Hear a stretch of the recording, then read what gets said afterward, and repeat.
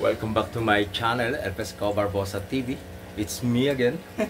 Kung bago pa pala sa channel ko, please don't forget to subscribe and hit the notification bell para lagi kang updated kung may mga bago akong video.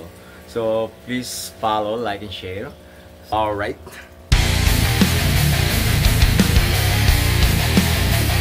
Ngayon ako nakabalik sa barracks ko, kaya medyo na-busy ako ng konti lang.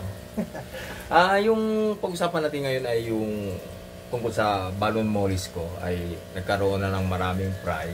So, yung parang kailan lang na medyo konti lang yung ano natin. Hindi naman napakarami pero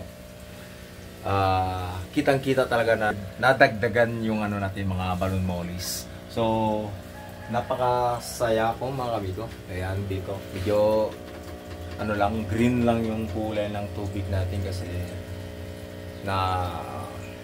nasisinagan kasi ng araw, kaya yung medyo tawag dyan, nagkakaroon ng lumot. Algae yung sa English. Tama ba yun?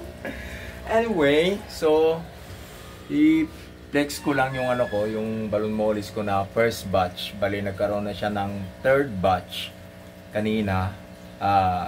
May nakuha ako na 23 pieces na fry. Ito, nag-video tayo para matulungan tayong mag-identify sa mga fry natin. Yung mga balon mollies natin mga kamigo, pag-comment down below kung anong klaseng strain ang mga balon mollies ko.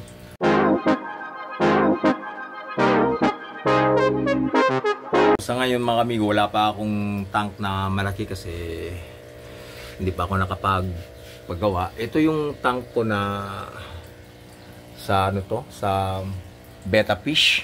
Ayan, may dalawang betta fish ako dyan. Tapos bakante itong dalawa. Bago to.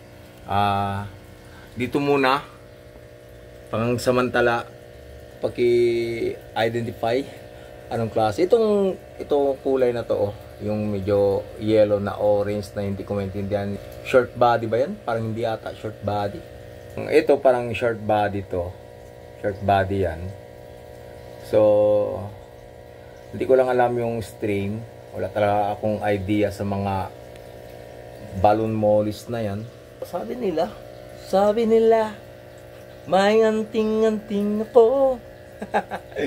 So, yan mga amigo. Ito yung ano, yung first batch, 5 piraso dito sa isang betta tank. 5 piraso dyan. Tapos dito rin 5 piraso against the light. Hindi klaro. Meron yung ito quality. Kasi nakikita ko sa personal yung ano niya, yung blue tail. Ayan, oh. Yan.